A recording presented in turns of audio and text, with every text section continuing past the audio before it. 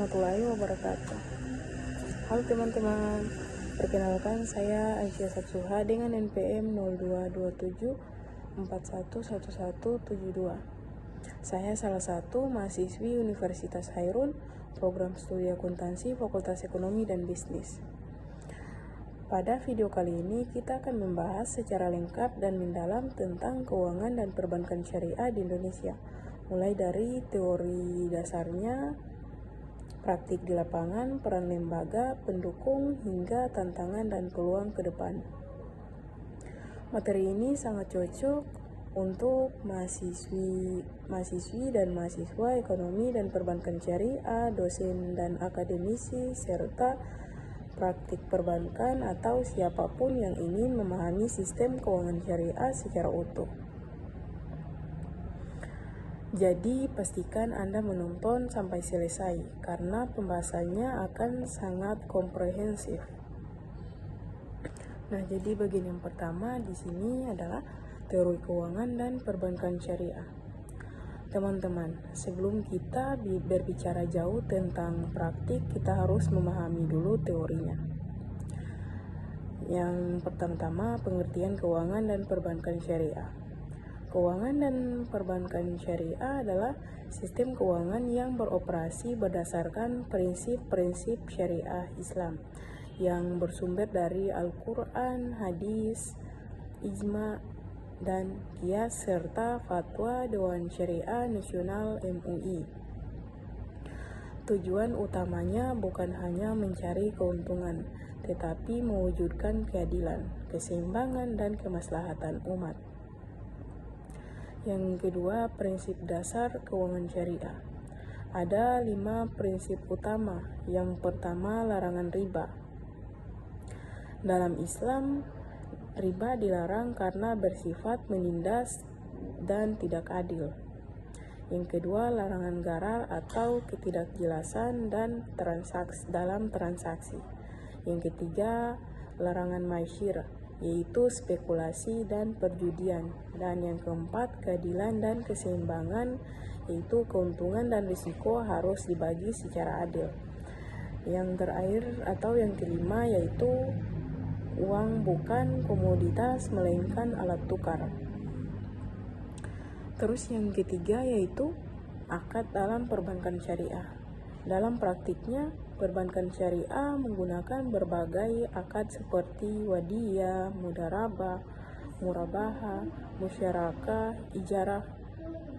Akad inilah yang membedakan bank syariah dengan bank konvensional. Nah teman-teman, itu bagian yang pertama. Jangan di skip dulu. Selanjutnya yaitu ada bagian yang kedua. Jadi bagian yang kedua yaitu praktik perbankan syariah di Indonesia. Sekarang kita masuk ke praktiknya. Yang pertama, jenis lembaga perbankan syariah. Di Indonesia terdapat Bank Umum Syariah, Unit Usaha Syariah, Bank Pembiayaan Rakyat Syariah, semua diawasi oleh OJK dan Dewan Pengawas Syariah. Yang kedua yaitu produk penghimpun dana. Produk yang umum digunakan antara lain yaitu yang pertama, tabungan wadiyah, terus yang kedua tabungan mudharabah, yang ketiga adalah deposito mudharabah. Nasabah tidak menerima bunga, melainkan bagi hasil atau bonus sesuai kesepakatan. Yang materi yang ketiga, yang maksudnya kita masuk ke pembahasan yang ketiga yaitu produk pembiayaan. Bank syariah menyalurkan dana melalui pembiayaan konsumtif, pembiayaan modal kerja, beserta pembiayaan investasi. Dengan mekanisme jual beli bagi hasil atau sewa, pembiayaan investasi dengan mekanisme jual beli bagi hasil atau sewa. Nah, selanjutnya kita masuk ke materi atau kita masuk ke pembahasan yang ketiga, yaitu optimalisasi infrastruktur perbankan syariah. Nah, teman-teman, perkembangan bank syariah sangat bergantung pada infrastrukturnya. Yang pertama yaitu infrastruktur regulasi. Indonesia sudah memiliki Undang-Undang Perbankan Syariah, Peraturan OJK, Fatwa, DSN, sampai MUI. Nah, yang kedua, infrastruktur teknologi.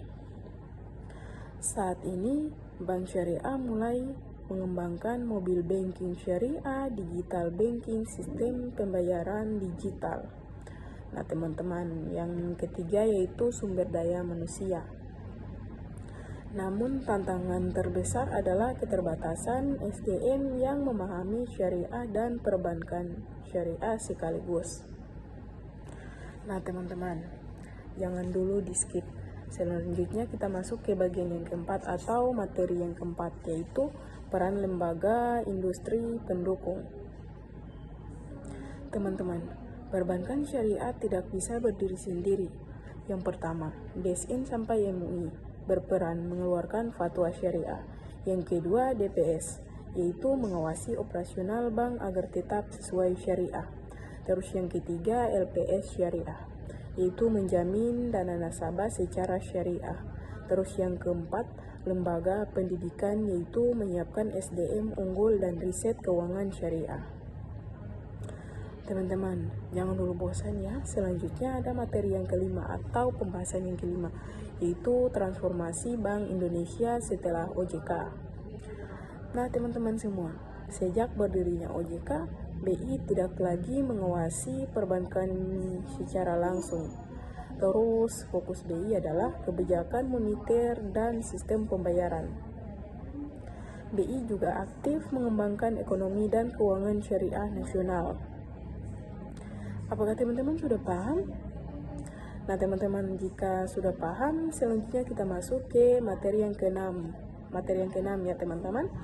Pembahasan selanjutnya di sini adalah inisiatif Bank Indonesia untuk perbankan syariah.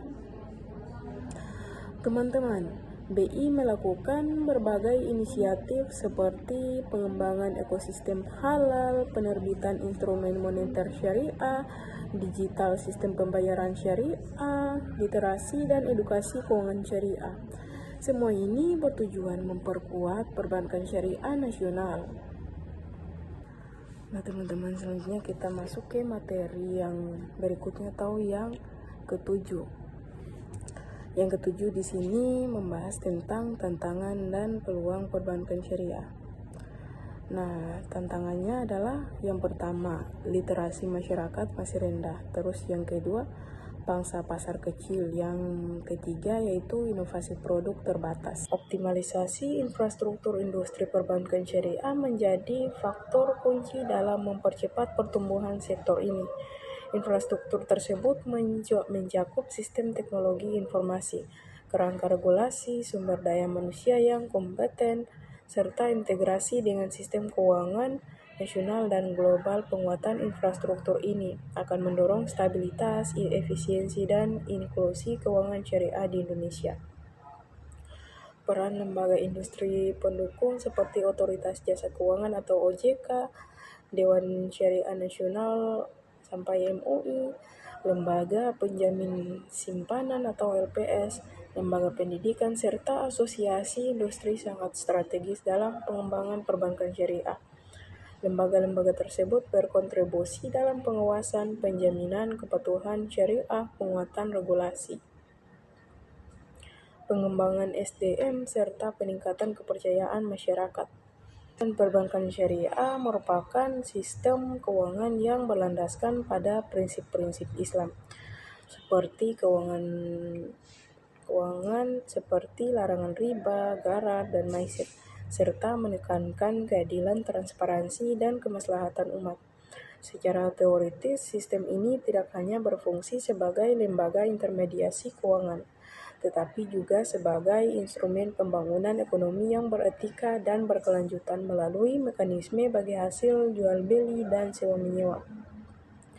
Dalam praktiknya di Indonesia, perbankan syariah telah mengalami perkembangan yang signifikan, ditandai dengan meningkatnya jumlah bank syariah, produk dan layanan yang semakin beragam, serta dukungan regulasi yang semakin kuat. Namun demikian, praktik operasional perbankan syariah masih menghadapi tantangan berupa keterbatasan literasi masyarakat. Nah, jadi peluangnya adalah yang pertama, mayoritas produk muslim. Terus yang kedua, dukungan regulasi. Terus yang ketiga, pertumbuhan industri halal. Yang keempat, digitalisasi keuangan. Jika dikelola dengan baik, perbankan syariah memiliki masa depan yang sangat cerah. Keuangan dan perbankan syariah di Indonesia memiliki landasan teori yang kuat. Yang kedua, praktik yang terus berkembang. Yang ketiga, dukungan regulator. Serta yang berikutnya itu peluang besar di masa depan. Namun keberhasilan sistem ini sangat bergantung pada yang pertama, edukasi masyarakat. Yang pertama, pengertian keuangan dan perbankan syariah. Keuangan dan perbankan syariah adalah sistem keuangan yang beroperasi berdasarkan prinsip-prinsip syariah Islam yang bersumber dari Al-Quran, hadis, ijma, dan qiyas serta fatwa Dewan Syariah Nasional MUI. Tujuan utamanya bukan hanya mencari keuntungan, tetapi mewujudkan keadilan, keseimbangan, dan kemaslahatan umat. Yang kedua, prinsip dasar keuangan syariah. Ada 5 prinsip utama. Yang pertama, larangan riba. Dalam Islam, riba dilarang karena bersifat menindas dan tidak adil.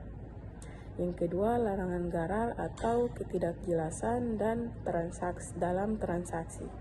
Yang ketiga, larangan maisir, yaitu spekulasi dan perjudian. Dan yang keempat, keadilan dan keseimbangan, yaitu keuntungan dan risiko harus dibagi secara adil. Yang terakhir atau yang kelima yaitu uang bukan komoditas melainkan alat tukar.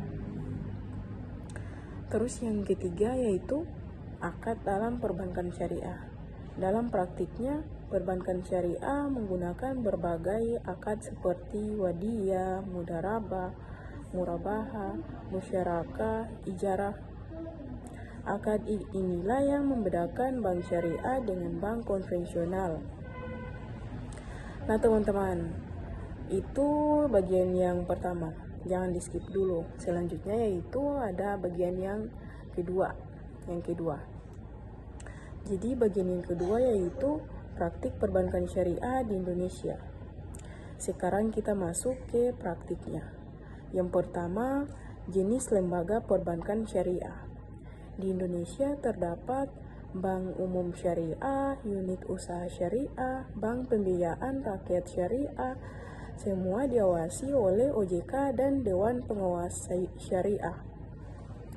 Yang kedua yaitu produk penghimpun dana. Produk yang umum digunakan antara lain yaitu yang pertama, tabungan wadiyah, terus yang kedua tabungan mudharabah, yang ketiga adalah deposito mudharabah. Nasabah tidak menerima bunga, melainkan bagi hasil atau bonus sesuai kesepakatan. Yang materi yang ketiga, yang maksudnya kita masuk ke pembahasan yang ketiga yaitu produk pembiayaan. Bank syariah menyalurkan dana melalui pembiayaan konsumtif, pembiayaan modal kerja, beserta pembiayaan investasi. Dengan mekanisme jual beli bagi hasil atau sewa. Pembiayaan investasi dengan mekanisme jual beli bagi hasil atau sewa. Nah, selanjutnya kita masuk ke materi atau kita masuk ke pembahasan yang ketiga, yaitu optimalisasi infrastruktur perbankan syariah. Nah, teman-teman, perkembangan bank syariah sangat bergantung pada infrastrukturnya. Yang pertama yaitu infrastruktur regulasi. Indonesia sudah memiliki Undang-Undang Perbankan Syariah, Peraturan OJK, Fatwa, DSN, sampai MUI. Nah, yang kedua, infrastruktur teknologi. Saat ini, Bank Syariah mulai mengembangkan mobil banking syariah, digital banking, sistem pembayaran digital. Nah, teman-teman, yang ketiga yaitu sumber daya manusia. Namun tantangan terbesar adalah keterbatasan SDM yang memahami syariah dan perbankan syariah sekaligus. Nah teman-teman, jangan dulu di skip. Selanjutnya kita masuk ke bagian yang keempat atau materi yang keempat, yaitu peran lembaga industri pendukung. Teman-teman, perbankan syariah tidak bisa berdiri sendiri. Yang pertama, DSN sampai MUI berperan mengeluarkan fatwa syariah. Yang kedua, DPS, yaitu mengawasi operasional bank agar tetap sesuai syariah. Terus yang ketiga, LPS syariah, yaitu menjamin dana nasabah secara syariah. Terus yang keempat, lembaga pendidikan, yaitu menyiapkan SDM unggul dan riset keuangan syariah. Teman-teman, jangan dulu bosan ya. Selanjutnya ada materi yang kelima atau pembahasan yang kelima, yaitu transformasi Bank Indonesia setelah OJK. Nah teman-teman semua, sejak berdirinya OJK, BI tidak lagi mengawasi perbankan secara langsung. Terus fokus BI adalah kebijakan moneter dan sistem pembayaran. BI juga aktif mengembangkan ekonomi dan keuangan syariah nasional. Apakah teman-teman sudah paham? Nah teman-teman, jika sudah paham, selanjutnya kita masuk ke materi yang keenam. Materi yang keenam ya teman-teman. Pembahasan selanjutnya di sini adalah inisiatif Bank Indonesia untuk perbankan syariah. Teman-teman, BI melakukan berbagai inisiatif seperti pengembangan ekosistem halal, penerbitan instrumen moneter syariah, digital sistem pembayaran syariah, literasi dan edukasi keuangan syariah. Semua ini bertujuan memperkuat perbankan syariah nasional. Nah, optimalisasi infrastruktur industri perbankan syariah menjadi faktor kunci dalam mempercepat pertumbuhan sektor ini. Infrastruktur tersebut mencakup sistem teknologi informasi, kerangka regulasi, sumber daya manusia yang kompeten, serta integrasi dengan sistem keuangan nasional dan global. Penguatan infrastruktur ini akan mendorong stabilitas, efisiensi, dan inklusi keuangan syariah di Indonesia. Peran lembaga industri pendukung seperti Otoritas Jasa Keuangan atau OJK, Dewan Syariah Nasional sampai MUI, lembaga penjamin simpanan atau LPS, lembaga pendidikan, serta asosiasi industri sangat strategis dalam pengembangan perbankan syariah. Lembaga-lembaga tersebut berkontribusi dalam pengawasan, penjaminan kepatuhan syariah, penguatan regulasi, pengembangan SDM, serta peningkatan kepercayaan masyarakat. Nah, teman-teman, jadi dari sekian banyak atau dari materi yang saya paparkan tadi, di sini yang terakhir adalah kesimpulan. Saya dapat mengambil kesimpulan bahwa keuangan dan perbankan syariah merupakan sistem keuangan yang berlandaskan pada prinsip-prinsip Islam, seperti larangan riba, gharar, dan maisir, serta menekankan keadilan, transparansi, dan kemaslahatan umat. Secara teoritis, sistem ini tidak hanya berfungsi sebagai lembaga intermediasi keuangan, tetapi juga sebagai instrumen pembangunan ekonomi yang beretika dan berkelanjutan melalui mekanisme bagi hasil jual beli dan sewa menyewa. Dalam praktiknya di Indonesia, perbankan syariah telah mengalami perkembangan yang signifikan. Nah, optimalisasi infrastruktur industri perbankan syariah menjadi faktor kunci dalam mempercepat pertumbuhan sektor ini. Infrastruktur tersebut mencakup sistem teknologi informasi, kerangka regulasi, sumber daya manusia yang kompeten, serta integrasi dengan sistem keuangan nasional dan global. Penguatan sewa menyewa. Dalam praktiknya di Indonesia, perbankan syariah telah mengalami perkembangan yang signifikan. Nah, optimalisasi infrastruktur industri perbankan syariah menjadi faktor kunci dalam mempercepat pertumbuhan sektor ini. Infrastruktur tersebut mencakup sistem teknologi informasi, kerangka regulasi, sumber daya manusia yang kompeten, serta integrasi dengan sistem keuangan nasional dan global. Penguatan infrastruktur ini akan mendorong stabilitas, efisiensi, dan inklusi keuangan syariah di Indonesia. Peran lembaga industri pendukung seperti Otoritas Jasa Keuangan atau OJK, Dewan Syariah Nasional sampai MUI, lembaga penjamin simpanan atau LPS, lembaga pendidikan, serta asosiasi industri sangat strategis dalam pengembangan perbankan syariah. Lembaga-lembaga tersebut berkontribusi dalam pengawasan, penjaminan kepatuhan syariah, penguatan regulasi, pengembangan SDM, serta peningkatan kepercayaan masyarakat. Nah teman-teman, itulah materi yang dapat saya sampaikan. Mohon maaf jika ada kesalahan atau kata-kata yang kurang berkenan, saya pribadi mohon maaf.